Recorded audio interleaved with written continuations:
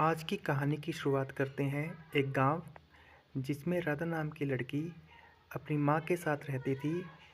उसके पिता का निधन काफ़ी वर्ष पहले हो चुका था, इसलिए उसकी आर्थिक स्थिति भी काफ़ी कमज़ोर थी। उसकी माँ किसी के खेत में काम करती थी और राधा भी उनकी सहायता के लिए खेत जाया करती थी, क्योंकि उनके पास कोई और चारा नहीं था। खेत में वह काम करती थी।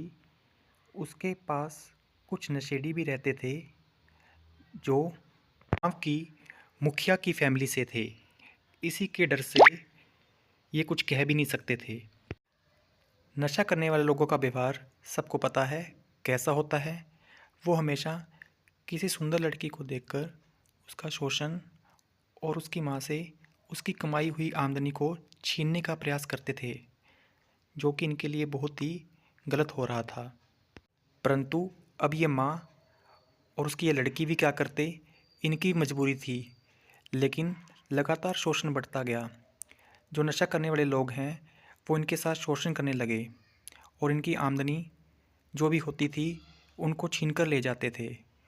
इस बात का इन्हें बहुत दुख हुआ, परंतु ये कुछ कर भी नहीं सकते थे और इनके साथ का कोई भी पर्सन नहीं था।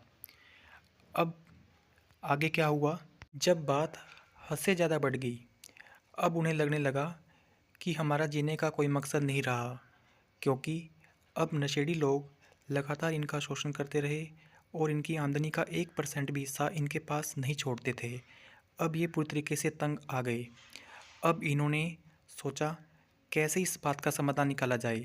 तो इन्होंने गांव के जमींदारों से कहा कि आप हमारी सहायता कीजिए। अब इस लड़की ने साहस कर कर अपने साथ हुई गई सारी वार्तालाप उनसे की कि कैसे हमारे साथ इस तरीके का शोषण हो रहा है। तब जमींदारों ने मिलकर उन नशेड़ियों से बात की। तब जाकर उन नशेड़ियों ने इन सबको कहा कि आगे से हम कोई गलती भी नहीं करेंगे। तो दोस्तों, इस कहानी से हम ये बताना चाह रहे हैं कि अगर आपके साथ कोई भी गलत व्यवहार हो रहा है तो आप उसे नज़रअंदाज मत कीजिए।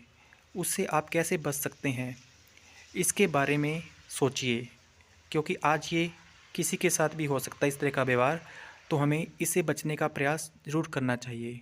जय हिंद, जय भारत।